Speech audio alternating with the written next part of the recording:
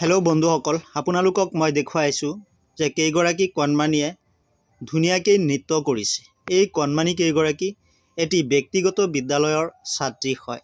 এই বিদ্যালয়খন হৈছে লতানি চাপৰি জাতীয় বিদ্যালয়।